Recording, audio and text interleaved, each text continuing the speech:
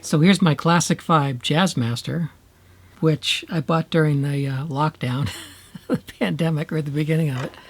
And I've never been crazy about the neck.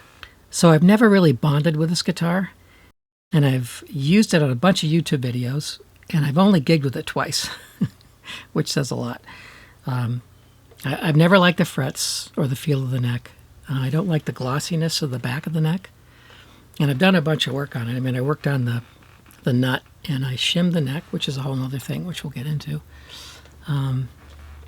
But yeah, it's just, I don't know. I like the J Mascis neck much better.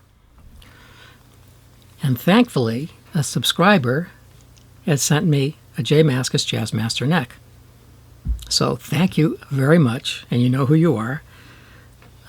It's one of the earlier ones. It's got a rosewood fingerboard. It's got the, I think they're the original tuners, vintage style tuners. So we're going to switch necks, swap necks, and see if it makes this guitar any better.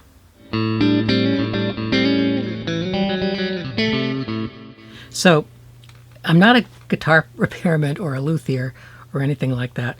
I know just enough to get myself into trouble or to keep myself from destroying a guitar. I'm not sure which it is, but it's one of those. So anyway, here's what I did. First thing I had to do with the new neck is remove the tuners. You can see me doing that here, because the bushings needed to be seated flush against the headstock, and you can see it here. What I did, instead of buying an expensive tool from StewMac, which I probably will only use once, I used a piece of wood, just pressed it down. Then I put the tuners back in, and you'll notice some of the tuners, the two end tuners, have like a tab on the end, which is how they attach to the neck. And the ones in the middle do not have that tab. So once I got the tuners all back into the neck, the new neck, it was time to remove the CV neck from the guitar.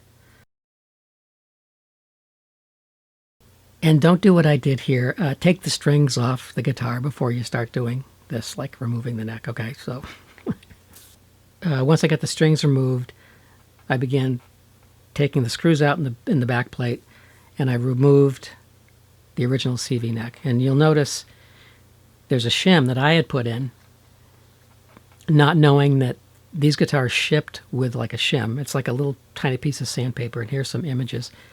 So it was a complete surprise to me that they did this. As a matter of fact, I had commenters tell me, well, you don't need to ever shim a guitar neck. Anyway, think about that for a second.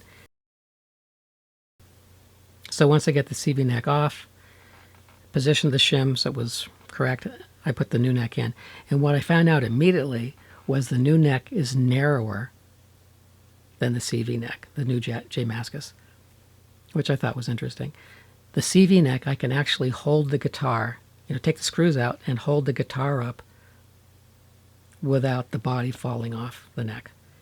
You can't do that with a J Mascis. It's just narrower enough that you can't do that. So I thought that was interesting.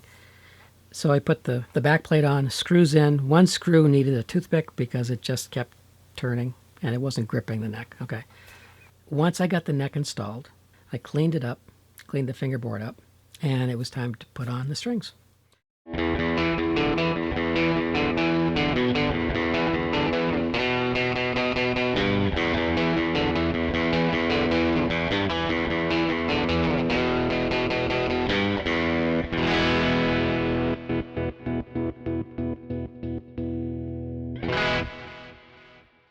So here's the CV with the J Mascis neck, and it's so much better.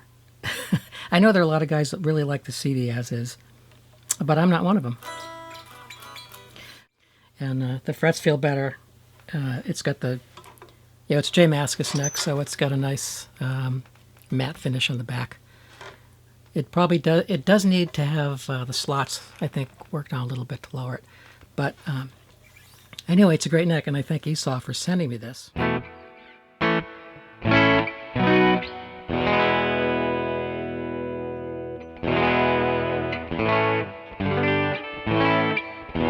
Anyway, there you have it. A CV Jazzmaster with a J Mascis neck.